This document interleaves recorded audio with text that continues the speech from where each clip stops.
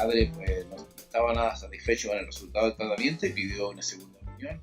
Y aquí tenemos entonces al paciente, digamos, en su primera visita, donde hicimos la evaluación del paciente, las fotografías, dentro del protocolo de diagnóstico, siempre hacemos la misma rutina del trabajo.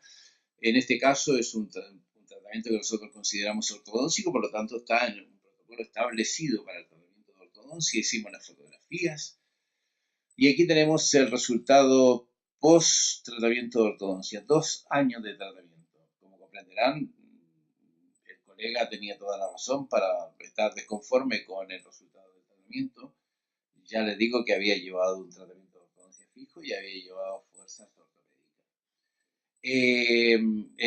Según el comentario del paciente, cuando terminó el tratamiento tenía alineado la arcada superior y tenía alineada la arcada inferior y al cabo de muy poco tiempo pues estaba en estas condiciones.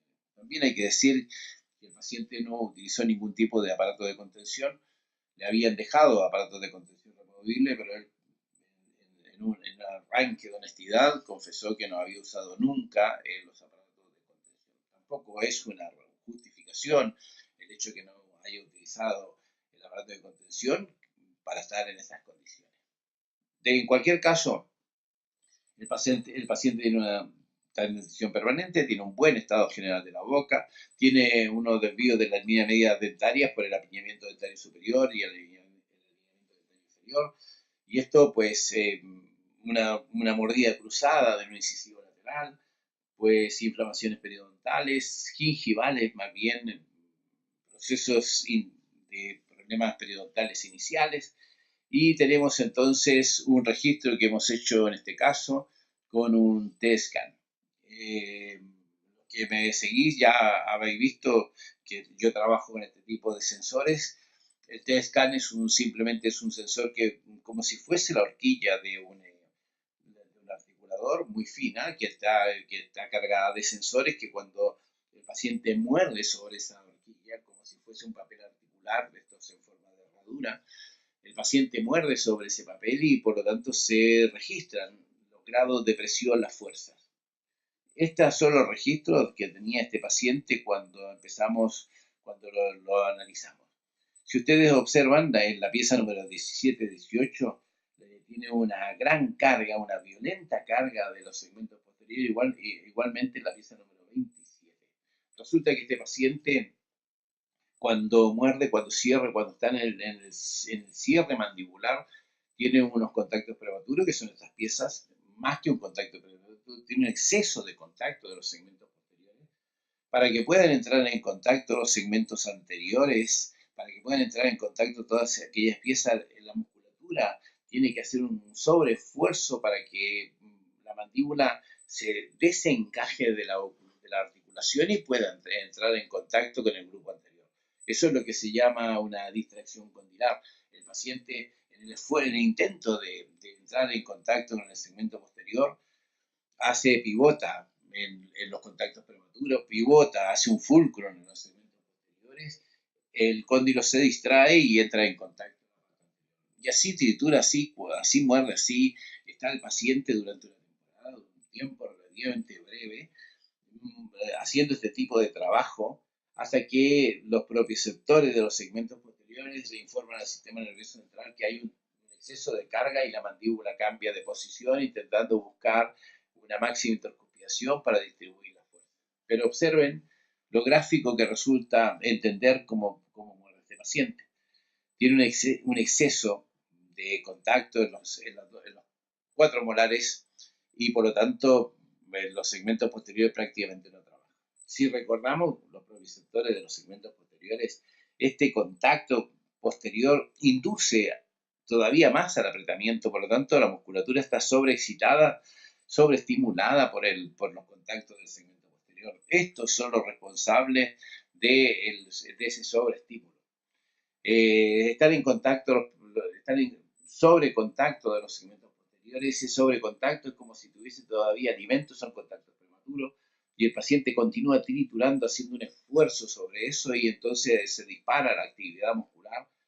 Ahí empiezan a haber hipertrofias, hipertonias, desajustes en el comportamiento de la musculatura, musculatura, finalmente la mandíbula cambia de posición y se convierte en una máxima respiración distinta.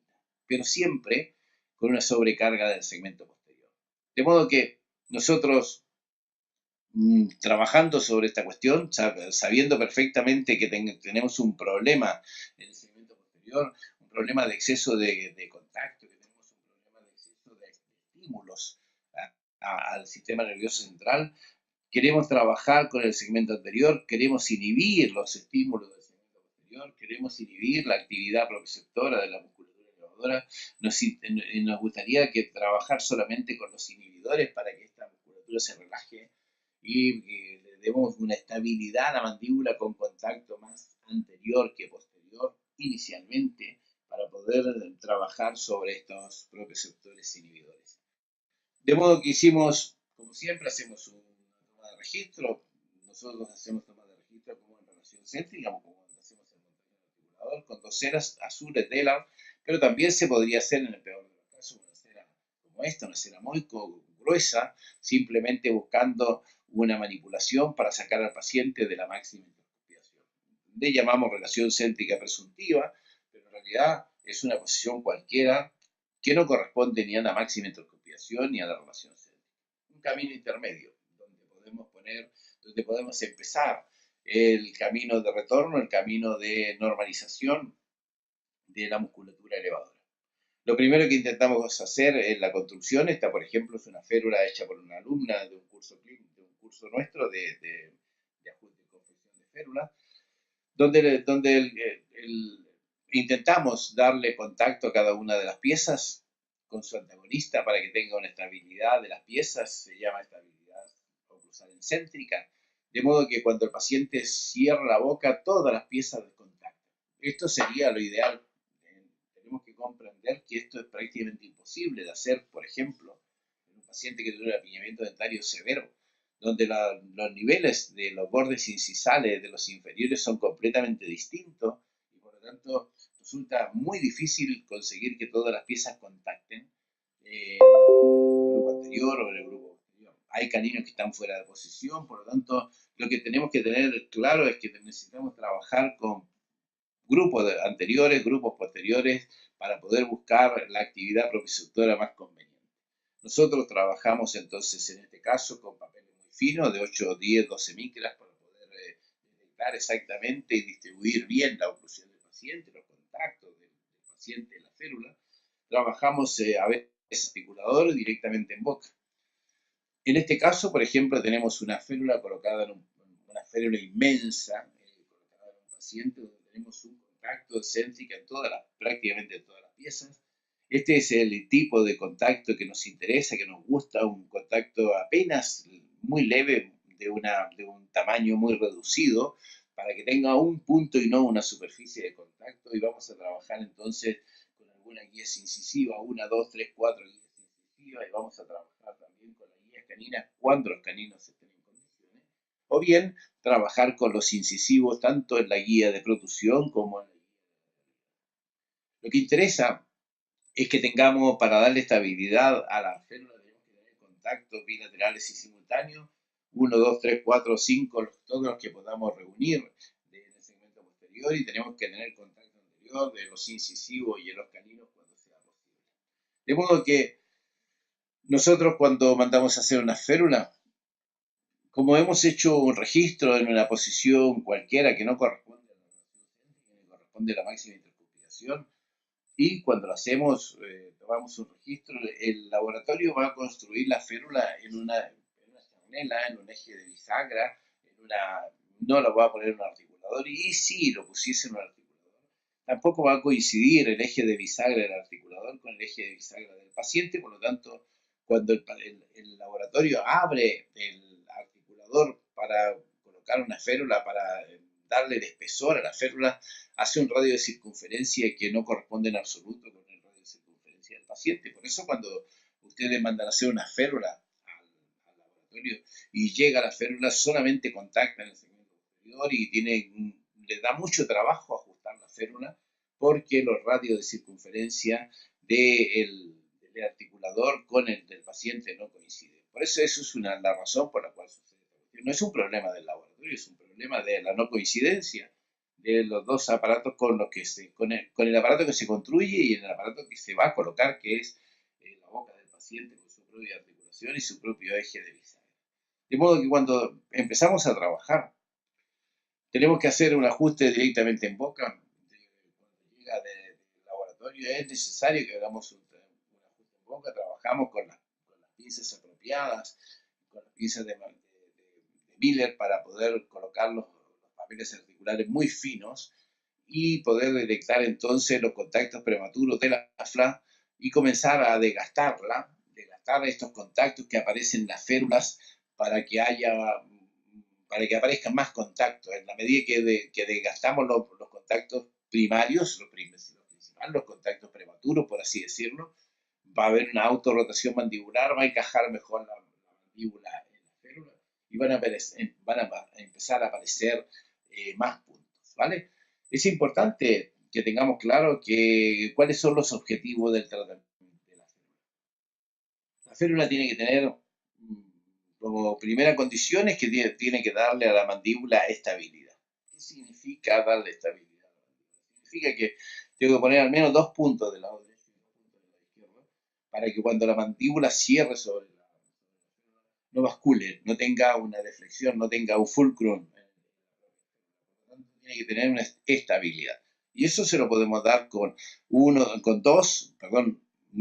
más de uno, 2, 3 puntos del lado derecho, 2, 3 puntos del lado izquierdo, serían suficientes para darle una estabilidad ortopédica mandibular con la férula, ¿vale? Y tenemos que tener contactos anteriores que nos van a generar la actividad propioceptora que nosotros deseamos, que son los propioceptores anteriores para que tengamos una inhibición de la musculatura elevadora. Por lo tanto, es importante en la parte anterior hacer participar la mayor cantidad de incisivos posible. Si conseguimos trabajar con los 4 incisivos, magnífico. Si conseguimos 3, pues vale, serán 3. En el peor de los casos tendremos que tener 1 para que pueda darle estabilidad anterior, para que pueda trabajar la propiocepción anterior y por lo tanto necesito tener al menos 1 que me garantice una guía incisiva, un contacto en céntrica primero y una guía incisiva en los movimientos bordeantes mandibulares. Por lo tanto, vamos a tener que buscar las guías incisivas y las guías caninas. Si el paciente no tuviese los caninos en condiciones de participar, los caninos inferiores no estuviesen en condiciones de participar en este trabajo, pues tendríamos que trabajar solamente con el incisivo para que nos haga la guía incisiva y la guía canina con este incisivo. El propioceptor más sensible de los inhibidores es el incisivo inferior. Este es la pieza más pequeña, estos son los propioceptores más sensibles. Y si yo tengo que elegir de los 4 incisivos, un incisivo como responsable del mayor trabajo de propiocepción, tendría que trabajar con el incisivo central. Este es el más sensible de los sensores que tenemos en el grupo antero-inferior. ¿De acuerdo? Por lo tanto, no es necesario, no me puedo volver loco intentando encontrar todos los puntos, todos y cada uno de los puntos de las piezas de la arcada inferior. No tiene ningún sentido. Esta férula va a empezar a trabajar y 1 o 2 días después, 48 horas después, la mandíbula ya comienza a responder al estímulo, cambia de posición y por lo tanto se desajusta la férula. Ya no contacta más ni estos 5 puntos que tengo aquí, va a contactar solamente uno en el segmento posterior y se va a transformar por sí solo en un contacto prematuro. Por lo tanto, no me interesa pensar en que tengo que recuperar todos los puntos, todos y cada uno de los puntos. Solamente me interesa la estabilidad ortopédica mandibular, 2 o 3 puntos en los segmentos laterales y una guía incisiva y una guía canina que sean capaces de solucionarme los problemas en protusión y en lateralidad. Y sobre todo aportarme el trabajo de los profesores anteriores. De modo que yo tengo ahora una férula que rellena todo este espacio de nucleación fisiológica y más. Está invadiendo todo un espacio allí. Ya hemos superado con creces el espacio de nucleación fisiológica. Esta férula es muy gruesa y por lo tanto el paciente choca. La primera sensación que tiene cuando cierra la boca es que choca con algo, porque le impide llegar al cierre total. En ese momento, cuando nosotros hemos colocado la férula, el cóndilo se encuentra en una posición cualquiera fuera de la relación céntrica. Le hemos entregado a este paciente unos contactos bilaterales simultáneos de una guía incisiva, de una guía canina y se va. Este es el objetivo del tratamiento. Cuando yo le hago la colocación, cuando le hago la colocación de la férula y le pongo el T-scan, luego les voy a enseñar las dos imágenes para que entiendan cómo es esto. Cuando le pongo el sensor sobre la férula y le pido al paciente que muerda con odio, porque les digo de esta manera, por favor, muerde con odio, quiero que intentes hacer la mayor expresión de fuerza. Estos son los registros que hace el T-scan con la férula.